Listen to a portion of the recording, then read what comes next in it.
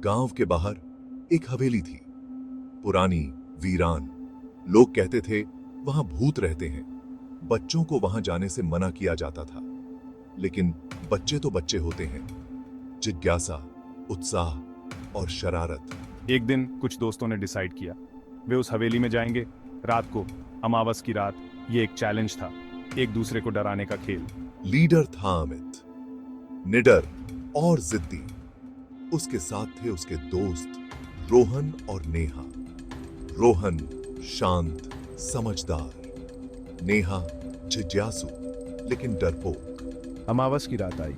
अंधेरा छाया हुआ था, चांद गायब था, सितारे भी बादलों में छिप गए थे।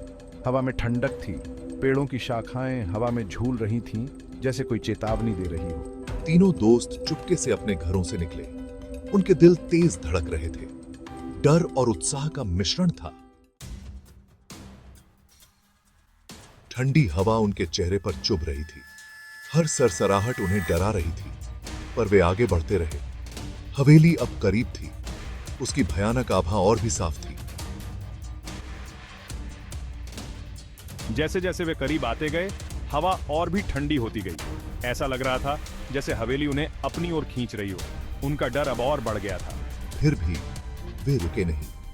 अमित हमेशा की तरह सबसे आगे था। उसके पीछे रोहन और नेहा एक दूसरे का हाथ थामे हुए थे। जैसे ही वे हवेली के विशाल लोहे के गेट के पास पहुंचे, हवा और भी तेज हो गई। गेट अपने आप खुल गया, एक भयानक आवाज के साथ। यह देखकर तीनों दोस्त एक पल के लिए ठिठक गए। उनका मन उन्हें वापस जाने को कह रहा था, लेकिन जिज्ञासा और अमित के उकसावे ने उन्हें आगे बढ़ने पर मजबूर कर दिया। हवेली का दरवाजा सड़ा हुआ था। उसे धक्का देते ही वह चरमराता हुआ खुल गया। अंदर अंधेरा था, घना और दम घोंटने वाला। हवा में धूल और सीलन की गंध थी। अमित ने अपनी टॉर्च जलाई। उसकी रोशनी में धूल के कण नाचते हुए दिखाई दे रहे थे। हवेली का इंटीरियर भयावह था। टूटी हुई मूर्तियां, फटी हुई पेंटिंग्स, जालों से भरी हुई दीवारें। एक तेज आवाज ने उनका ध्यान खींचा। एक चूहा फर्श पर दौड़ा और अंधेरे में गायब हो गया। नेहा सिहर उठी। रोहन ने उसका हाथ और कसकर पकड़ लिया। चलो अंदर चलते हैं, अमित ने कहा।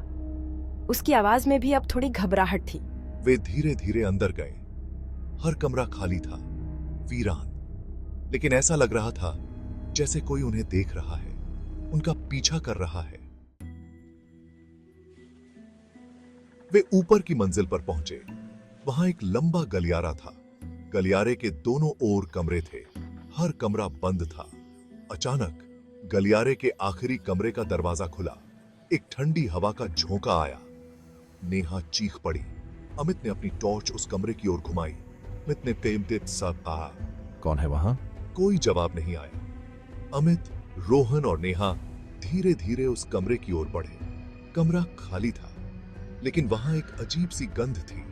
सड़ी हुई लकड़ी और जली हुई धूप की गंध। मुझे डर लग रहा है, अमित। चिंता मत करो, यह सिर्फ एक पुरानी हवेली है। तभी उन्हें एहसास हुआ कि रोहन उनके साथ नहीं है। रोहन? कोई जवाब नहीं आया। रोहन, ये मजाक नहीं है। फिर भी कोई जवाब नहीं आया। रोहन गायब था।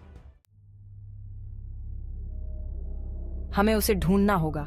नेहा घबराई हुई थी। उसकी आवाज कांप रही थी। वे उस कमरे से बाहर निकले और गलियारे में दौड़े। उन्होंने रोहन को हर जगह ढूंढा, हर कमरे में, हर कोने में, लेकिन वह कहीं नहीं मिला। रोहन! वे चिल्लाते रहे। उनकी आवाजें खाली हवेली में गूंज रही थीं, लेकिन रोहन का कोई जवाब नहीं आया। अचानक उन्हें एक अजीब सी आवाज सुनाई दी। यह फुसफुसाहट जैसी आवाज थी। वे उस आवाज का पीछा करते हुए हवेली के पीछे एक बगीचे में पहुंचे। बगीचा सूखा हुआ था और वहां एक कुआं था।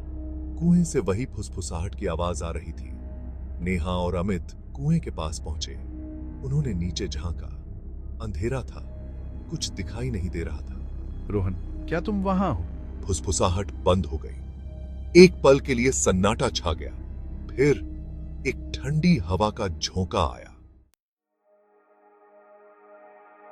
हवा इतनी तेज थी कि नेहा और अमित को पीछे हटना पड़ा। जब धूल जमी तो उन्होंने देखा कि कुआं गायब हो चुका है। उसके स्थान पर सिर्फ जमीन थी। नेहा और अमित डर के मारे चीख पड़े।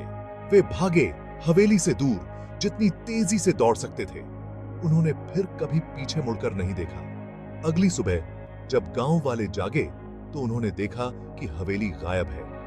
उसके स्थान पर सिर्फ एक खाली मैदान था।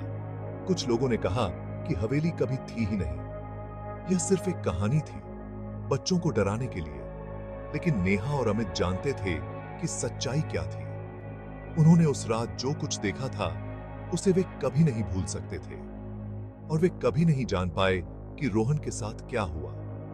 हवेली का रहस्य रोहन के साथ